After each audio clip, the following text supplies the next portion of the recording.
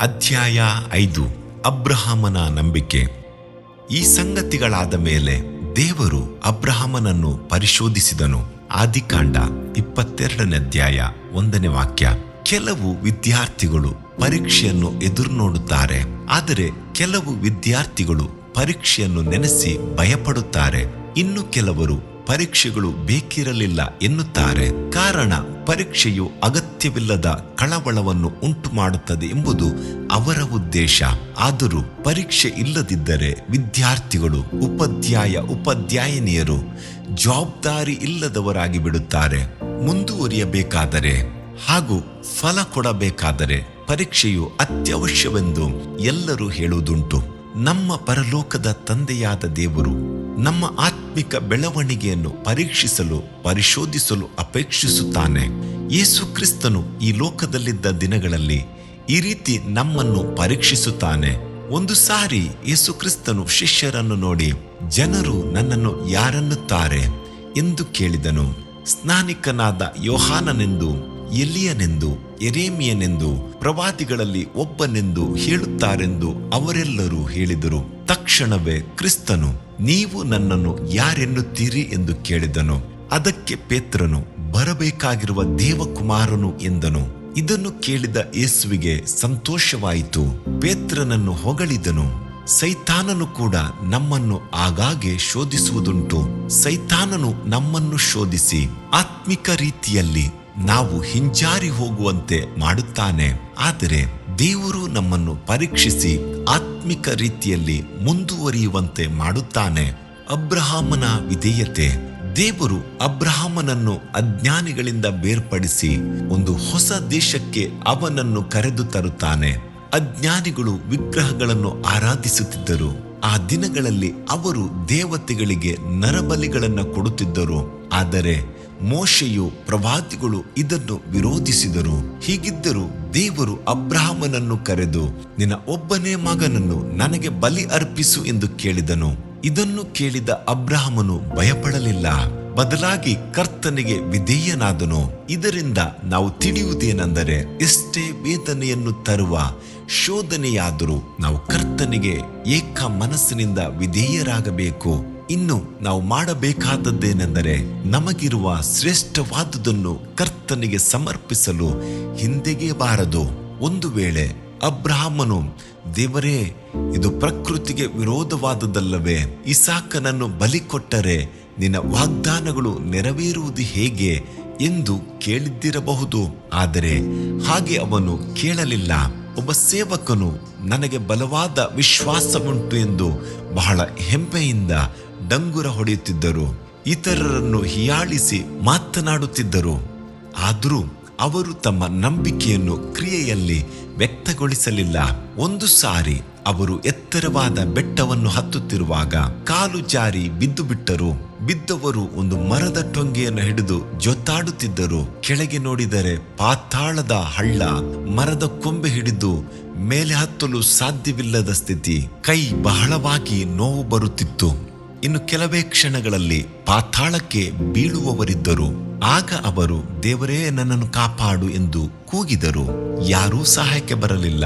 ತಿರುಗಿ ಬಲವಾದ ಶಬ್ದದಿಂದ ಕೂಗಿದರು. ಆಗ ಕರ್ತನು ಮೇಲುದನಿಯಲ್ಲಿ, ಮಗನೇ, ಆ ಕೊಂಬೆಯಿಂದ ನಿನ್ನ ಕೈ ಬಿಟ್ಟು ಬಿಡು ಎಂದನು. ಆದರೆ ಸೇವಕನಿಗೆ ಭಯ. ಹೇಗೆ ಬಿಡಲಿ ದೇವರೇ?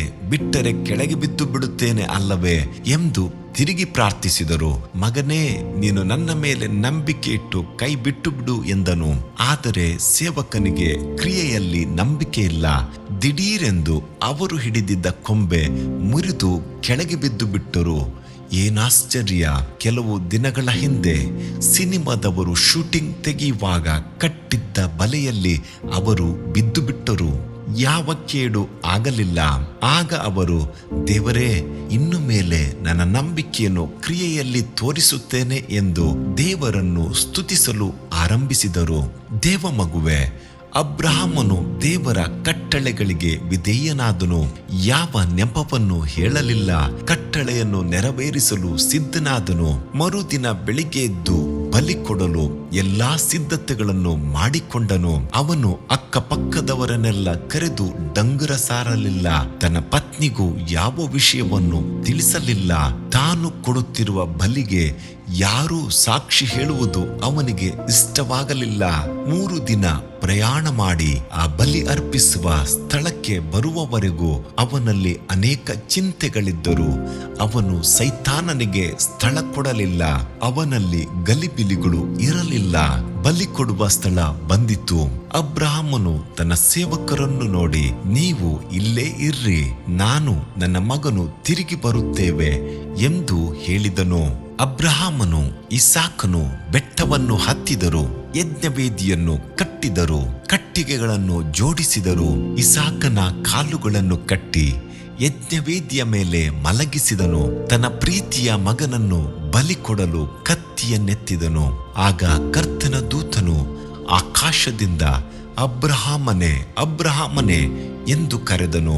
ಆಗ ಅಬ್ರಹಾಮನು, ಇಗೋ ನಿನ್ನ ದಾಸನು ಅಂದನು.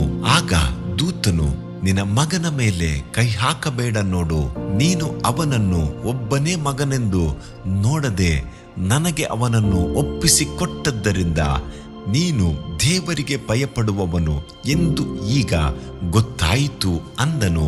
ಆದಿಕಾಂಡ 22ನೇ ಅಧ್ಯಾಯ 11-12ನೇ ವಾಕ್ಯ. ದೇವ ಮಗುವೆ, ಇದರಿಂದ ನಾವು ತಿಳಿಯುವ ಸತ್ಯವೇನೆಂದರೆ, ಕರ್ತನು ನಮಗೆ ಅಸಾಧ್ಯವಾದುದನ್ನು ಮಾಡಲು ಹೇಳುವುದಿಲ್ಲ. ಆತನು ಒಂದು ಕಾರ್ಯವನ್ನು ಮಾಡಲು ಹೇಳುವಾಗ ಅದನ್ನು ಮಾಡಿ ಮುಗಿಸಲು ಬೇಕಾದ ಶಕ್ತಿಯನ್ನು ಅನುಗ್ರಹಿಸಿ ಸಹಾಯ ಮಾಡುತ್ತಾನೆ. ನಮಗೆ ದೊಡ್ಡ ವೇದನೆಯಾಗಲಿ ಶೋಧನೆಯಾಗಲಿ ಬರುವಾಗ ನಮ್ಮ ಹಿಂದೆ ಇದ್ದುಕೊಂಡು ಅದನ್ನು ಜಯಿಸಲು ನಮಗೆ ಸಹಾಯ ಮಾಡುತ್ತಾನೆ. ಕರ್ತನು ನಮ್ಮ ಜವಾಬ್ದಾರಿಯನ್ನು ತೆಗೆದುಕೊಂಡು ನಮಗಾಗಿ ಎಲ್ಲಾ ಕಾರ್ಯಗಳನ್ನು ಮಾಡುತ್ತಾನೆಂಬ ನಂಬಿಕೆ ನಮಗೆ ಬೇಕು. ಒಂದು ಸಾರಿ ದೇವರ ಸೇವೆ ಮಾಡುತ್ತಿದ್ದ ಒಬ್ಬ ಸಹೋದರಿಯ ಮನೆಯಲ್ಲಿ ಒಂದು ನಾಗರ ಹಾವು ಬಂದು ಸೇರಿಕೊಂಡಿತ್ತು.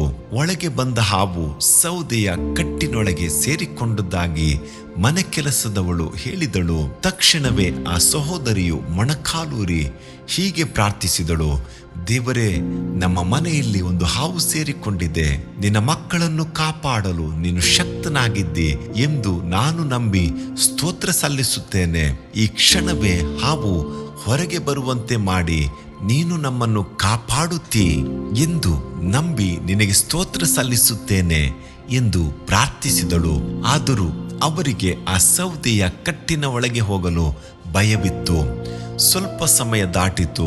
ಕೆಲಸದವಳನ್ನ ಕರೆದುಕೊಂಡು ಸೌದೆ ಇರುವ ಕೋಣೆಗೆ ಹೋಗಿ ಒಂದೊಂದಾಗಿ ಸೌದೆಗಳನ್ನ ತೆಗೆದು ಹಾಕಿದರು. ಅವರು ತಮ್ಮ ಆ 8 ವರ್ಷದ ಮಗನನ್ನು ಕರೆದು, ಮಗನೇ, ನೀನು ಕೆಳಗೆ ಇಳಿದು ಬರಬೇಡ, ಈ ಮೇಜಿನ ಮೇಲೆ ಕುಳಿತಿರು ಎಂದರು. ಮೇಜಿನ ಮೇಲೆ ಕುಳಿತಿದ್ದ ಆ ಬಾಲಕನು ಕುಣಿದು ಕುಣಿದು ನಗುತ್ತಿದ್ದನು. ಯಾಕಪ್ಪ, ಏಕೆ ನಗುತ್ತಿರುವೆ ಎಂದು ಕೇಳಿದಳು ಆ ಸಹೋದರಿ. ಅದಕ್ಕವನು, ಊರಿಗೆಲ್ಲ ಉಪದೇಶ ಮಾಡುವಿರಿ, ಒಳ್ಳೆ ದೇವರೇ, ಆ ಹಾವು ಒಂದು ಕ್ಷಣ ಕೂಡ ಈ ಮನೆಯಲ್ಲಿರಬಾರದು, ಅದು ಹೋಗುವಂತೆ ಮಾಡಿದಕ್ಕಾಗಿ ಸ್ತೋತ್ರ ಎಂದು ಪ್ರಾರ್ಥಿಸಿದಿರಿ. ಇಲ್ಲದಿರುವ ಹಾವಿಗಾಗಿ ಏಕೆ ಹುಡುಕುತ್ತಿರುವಿರಿ ಎಂದು ತಿರುಗಿ ನಗುತ್ತಾ ಹೇಳಿದನು. ಈಗ ಆ ಸಹೋದರಿಗೆ ತನ್ನ ಅವಿಶ್ವಾಸದ ಬಗ್ಗೆ ಅರಿವು ಉಂಟಾಯಿತು.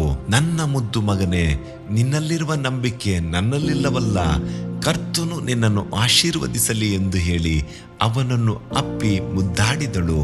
ದೇವ ಮಗುವೆ, ನಿನ್ನ ನಂಬಿಕೆ ಎಂತಹದ್ದಾಗಿದೆ. ವಿಶ್ವಾಸದ ಬಗ್ಗೆ ಇತರರಿಗೆ ಹೇಳುವ ನೀನು ನಿನ್ನ ಜೀವಿತದಲ್ಲಿ ನಿನ್ನ ನಂಬಿಕೆಯನ್ನು ಹೇಗೆ ಕಾಪಾಡಿಕೊಂಡಿರುವಿ? ನಂಬಿಕೆಯಲ್ಲಿ ಅಬ್ರಹಾಮನಂತೆ ನೀನು ಪ್ರಕಾಶಿಸಲು ದೇವರು ನಿನಗೆ ಸಹಾಯ ಮಾಡಲಿ. ಆಮೇನ್.